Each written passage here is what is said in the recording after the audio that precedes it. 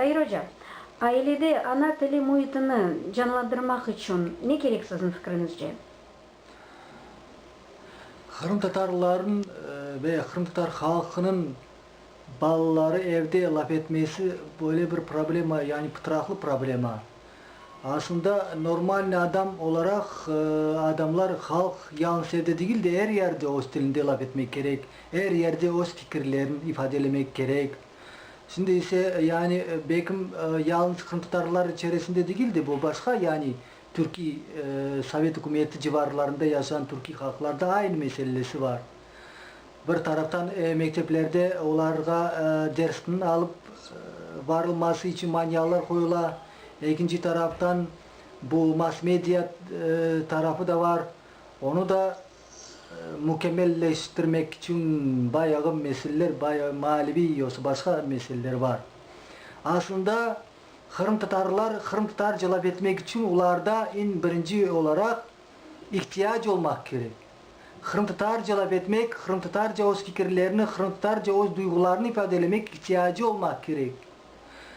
Ama ben anlayan gibi aslında biz o kadar öyle bir şaraitte yaşayımız ki Kırım Tatarca laf etmek, Kırım Tatarca ihtiyacı kalmak, yeri de kalma, yeri de yok.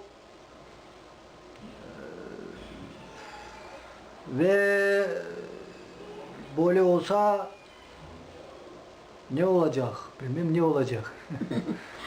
Hocam siz öz balalarınızga Kırım Tatar tilini nasıl etip öğretesiniz?